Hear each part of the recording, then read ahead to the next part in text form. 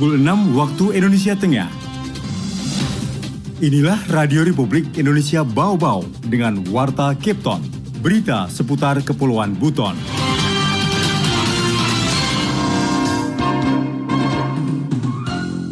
Jaringan lapas kembali. Tapi kami tidak berhenti sampai di sini. Saya perintahkan Kasat Narkoba untuk terus melakukan pengembangan dan kita sudah komunikasi dengan pihak lapas. Alhamdulillah Pak Kalapas responnya bagus sekali ya untuk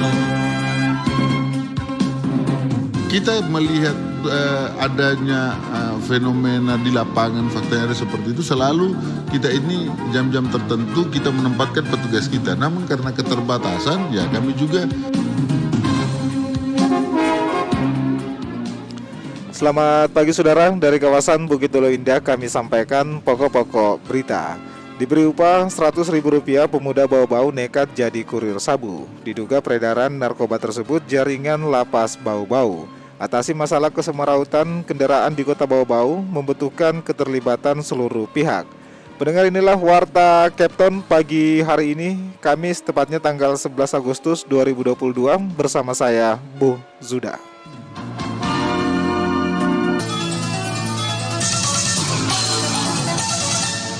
Sebelum kita ke berita yang pertama, berikut kami sampaikan informasi terkini terkait COVID-19 di tanah air. RRI, Radio Tangga Bencana COVID-19. Pendengar, kurva kasus positif COVID-19 di tanah air, tepatnya pada Rabu kemarin tanggal 10 Agustus 2022, ini kembali menunjukkan adanya penambahan kasus.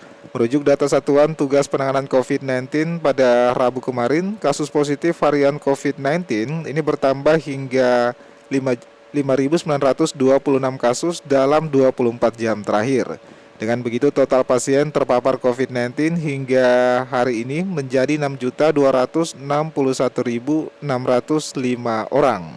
Meski begitu peningkatan juga terjadi untuk angka kesembuhan maupun juga kematian. Adapun angka pasien yang sembuh bertambah 4.906 orang. Dengan demikian total pasien sembuh dari COVID-19 hingga saat ini sebanyak 6.052.413 orang. Adapun jumlah pasien yang meninggal dunia akibat wabah tersebut ini meningkat hingga berjumlah 18 orang. Total sementara yang meninggal dunia akibat COVID-19 sebanyak 157.149 orang. Saat ini kasus suspek yang sudah sebagian besar dipantau oleh pemerintah ini berjumlah 7.985 kasus, dan selanjutnya data spesismennya yang tercatat selama 24 jam terakhir yakni 121.909 orang, dan data ini berasal dari 34 provinsi yang sudah terpapar COVID-19. Saudara, kita ke berita yang pertama. Diberi upah Rp100.000, pemuda Bau-Bau nekat jadi kurir sabu. Diduga peredaran narkoba tersebut jaringan lapas Bau-Bau. Selengkapnya, Waude Nurliani menurunkan laporannya. Terdesak ekonomi, pemuda kota Bau-Bau nekat menjadi kurir sabu dengan imbalan Rp100.000.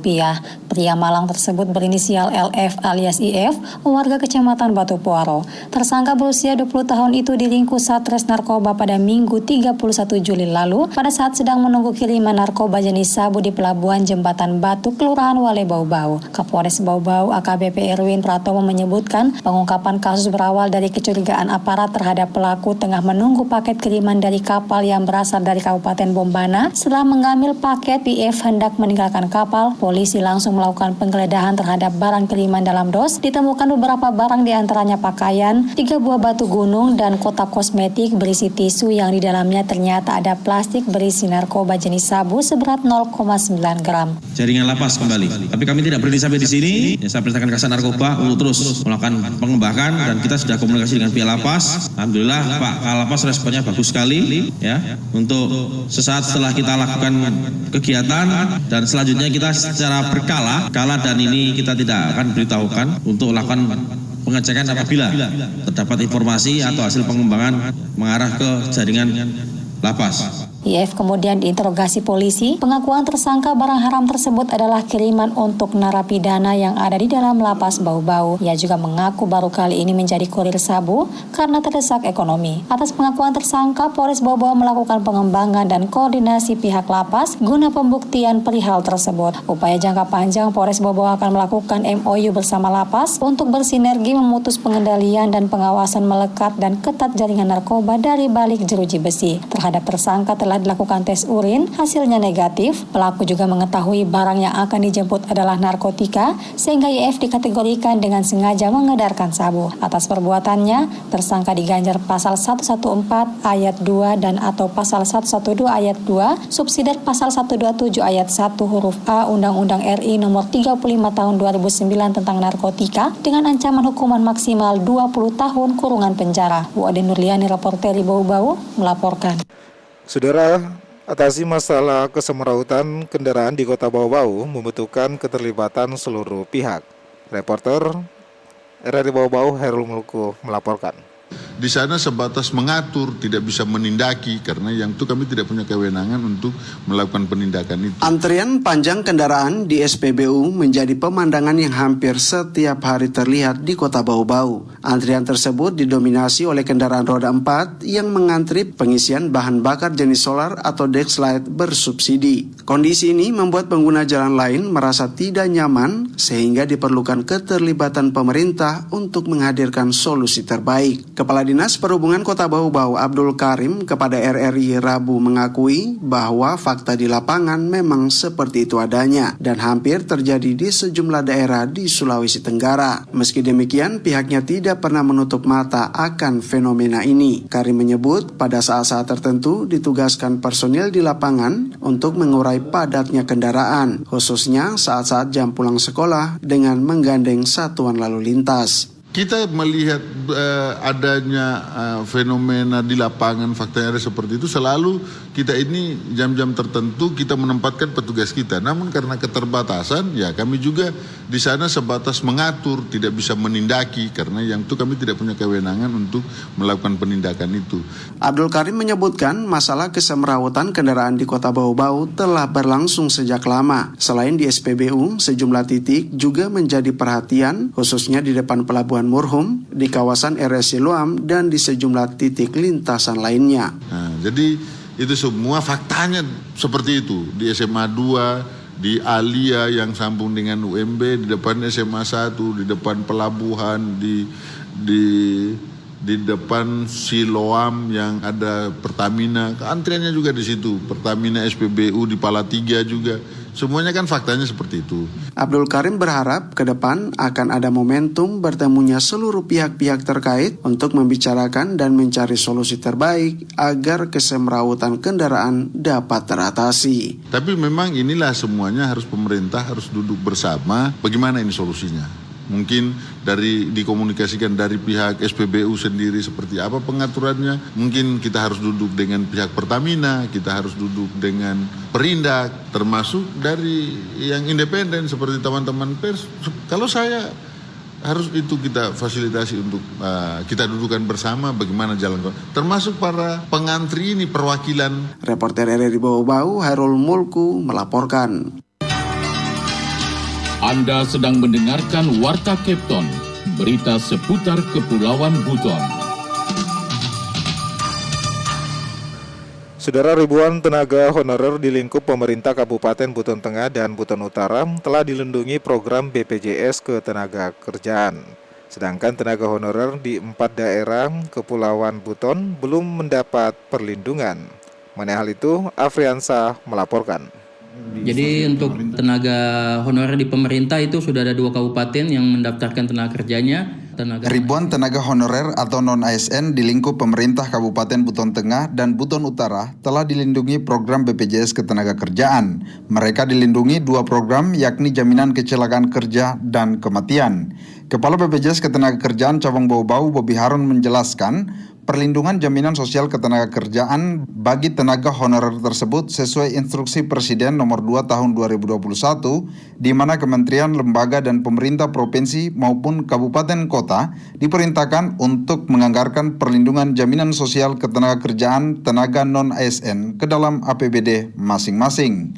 Jadi untuk tenaga honorer di pemerintah itu sudah ada 2 kabupaten yang mendaftarkan tenaga kerjanya, tenaga non-ASN-nya di dalam perlindungan jaminan sosial ketenagakerjaan sudah Inpres nomor 2 tahun 2021, yaitu Kabupaten Buton Tengah dengan 1.527 tenaga kerja non-ASN-nya. Kemudian yang kedua yang baru aja ini adalah Kabupaten Buton Utara dengan 3.033 tenaga non-ASN untuk 2 program, yaitu kecelakaan kerja dan kematian. Bobi menyebut, sedangkan 4 daerah di Kepulauan Buton termasuk Kota Bau-Bau belum mendaftarkan tenaga honorernya di dalam perlindungan jam sostek. Saat ini, pihaknya sedang menjalin komunikasi dan koordinasi dengan pemerintah daerah agar bisa dianggarkan di APBD perubahan tahun 2022 ini. Kota Bau-Bau sedang kami komunikasikan dengan pemerintah daerah, gitu. Dengan pemda-pemda lain juga kami sedang komunikasikan dengan mudah-mudahan dapat teranggarkan lagi di APBD perubahan. Nah, sehingga di tahun ini seluruh Kepton bisa memberikan perlindungan terhadap teman-teman non-ASN. Insya Allah mudah-mudahan. Menurut Bobi, pentingnya tenaga honorer mendapat perlindungan jam sostek karena mereka juga bekerja punya resiko, sementara selama ini belum ada perlindungan untuk para tenaga honorer. Karena itu, Bobi mengatakan jika Pemda sudah menganggarkan perlindungan jam sostek untuk tenaga non-ASN di lingkup pemerintahannya, maka itu menjadi bukti negara hadir untuk memberikan perlindungan kepada seluruh rakyat Indonesia. Reporter RRI Bau-Bau, Afriansa melaporkan. Saudara, kita beralih ke berita yang terakhir. Sebagai wujud komitmen kuat Polres Bau-Bau dalam memerangi peredaran narkoba sekaligus pastikan anggotanya bersih narkoba, Kepolisian Resor atau Polres Bau-Bau bersama Bid Propam Polda Sultra dan Bid Dokes Polda Sultra melakukan tes urin bagi seluruh anggotanya yang dilaksanakan usai apel pagi di Aula Polres Bau-Bau.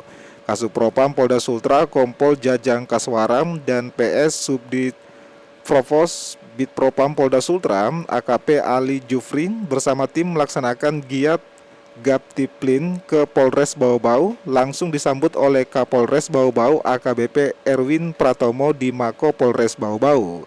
Mengawali kegiatannya di Polres Bau-Bau, Kasupropam Kompol Jajang Kiswara langsung mengambil apel personil Polres Bau-Bau yang diikuti oleh seluruh personil Polres Bau-Bau termaksud para Kapolsek jajaran. Dalam arahan apelnya, Kasupropam Polda Sultra menyatakan bahwa banyak pelanggaran yang dilakukan oleh anggota sehingga pihaknya menekankan personil agar disiplin dan taat aturan. Setelah selesai apel, Kasupropam beserta tim langsung mengecek sikap, tampang maupun kelengkapan administrasi perorangan personil Polres Bau-Bau dan juga jajaran baik itu perwira maupun bintara mulai dari KTP, KTA, SIM, surat izin Senpi, dan kelengkapan lainnya. Dalam kunjungan ke Polres Bau-Bau, Bid Propam Polda Sultra bersama Bid Dokes Polda Sultra juga melacak cek urin secara mendadak bagi seluruh personil Polres Bau-Bau yang diikuti oleh Kapolres Bau-Bau AKBP Erwin Pratomo, Wakapolres Bau-Bau Kompol Bahtiar, PJU Polres Bau-Bau, seluruh perwira dan personil Polres Bau-Bau. Dari hasil pemeriksaan tes urin, tidak ada ditemukan anggota Polres Bau-Bau dan jajaran yang terindikasi penyalahgunaan narkoba maupun pelanggaran lainnya.